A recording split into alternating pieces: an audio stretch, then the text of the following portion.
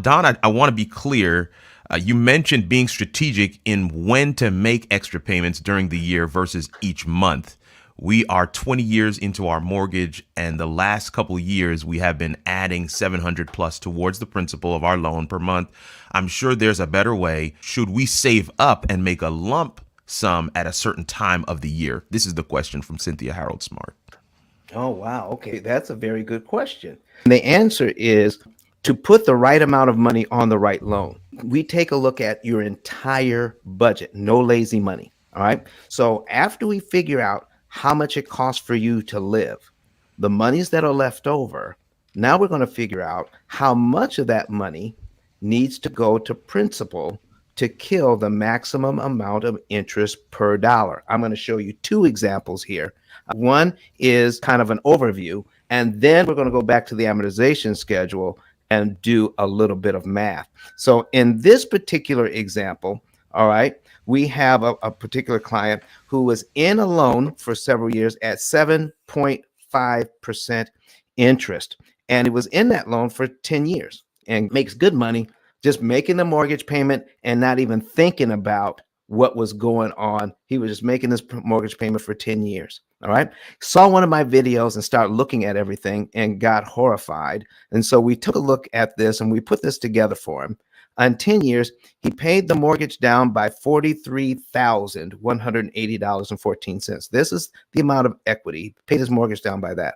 When he found out he paid $231,191.46 in interest to get that, he almost fainted. He had no idea. He paid $231,000 in interest in 10 years just to pay his loan down by $43,000. So he then refinanced his loan just prior to getting started with us, just prior to meeting us. All right. And then he refinanced it to 3.99. But even in that 3 months, he paid it down by $1,204. And it cost him $2,700 to even do that. By the time he's in his brand new loan for 5 years, he will pay it down by $26,518, but it'll cost him $52,784 to do it. $52,000 in interest to pay his loan down by $26,000. Then you add those two numbers together, that's $80,000 in the next 5 years. So here's what we're talking about, folks. To get to where he is right now, he's paid out on this mortgage over $278,000, $278,336.76, just to be able to take out of that $44,384 in principal pay down. In other words, he's paid out a total of $233,952 in interest.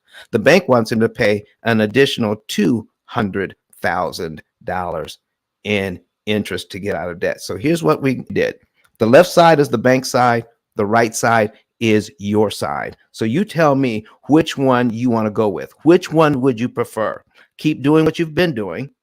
Pay off the $316,000 that you owe and take 29.8 years to do it. Mercy. Give the bank an additional $200,000. Now you remember, he's already been into this loan 10 years. Okay? He's already been in 10 years.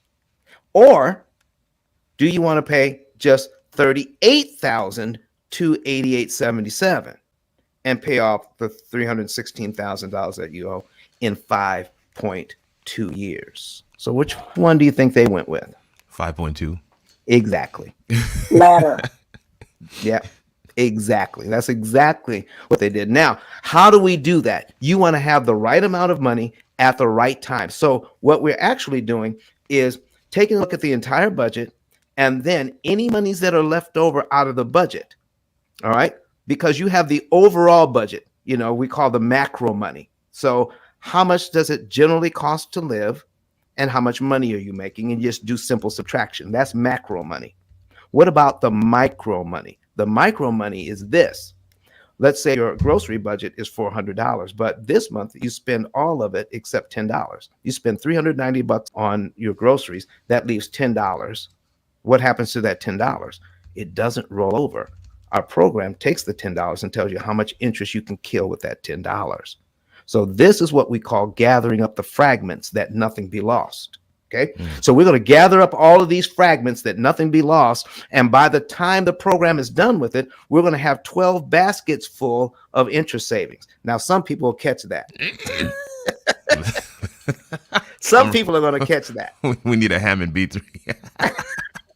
All right. So here's what we're talking about, folks. So this is what we could do. Now I'm going to give you an example of how not to pay on a mortgage. So we're going to go back over to this screen here. So now we've got $350,000 in this mortgage at 3.5%.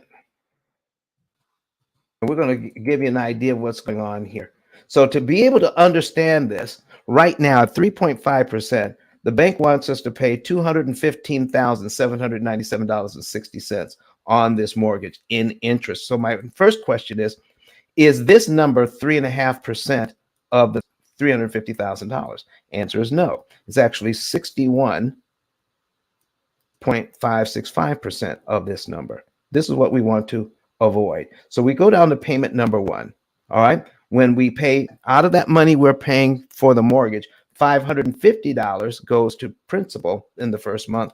$1,020.83 goes to interest. The next month it gets just a tiny bit better, where $552 goes to principal, $1,019.23 goes to interest. So your payment stays the same, just the configuration changes each month. A little more goes to principal, a little less goes to interest each and every month, until most of your money goes to principal and a tiny amount goes to interest. You're about paid off on the loan at that point. But Don has some valuable information that can contribute to the quality of a person's life. And it only costs you a few dollars. It's his book. Why not get that? I'm going to go through the P.I.L.L method myself with some of my investment properties. So I'm going to link up with Don, and then I'm going to sit down with him, show him my investment portfolio, and see how I can eliminate interest.